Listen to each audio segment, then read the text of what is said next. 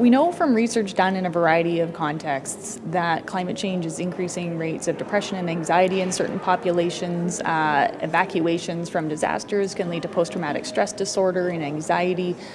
People who have experienced, a wildfire in one circumstance can become quite worried about experiencing a wildfire somewhere else. Can lead to rates of drug and alcohol abuse increasing. And what we're seeing in Canada, particularly in the far north where the climate is changing quickly and leading to changes in the landscape, a feeling of eco-anxiety, or what we call solastalgia, which means feeling homesick when you're still at home.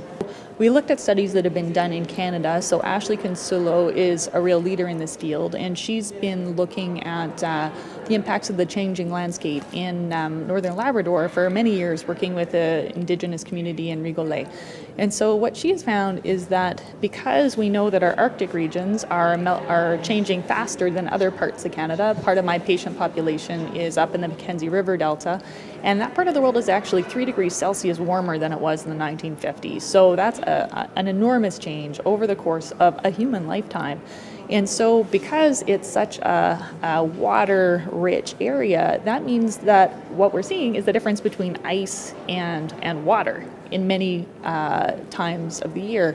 So a less stable ice surface makes it tougher for people to visit their friends and family on the ice roads. It makes it more difficult to hunt. It leads to decreased nutritional sufficiency in terms of the ability to stock a freezer full of moose or seal meat and feel really secure about the winter. Actually, in fact, just leave it in the old time freezers, which don't require any energy inputs.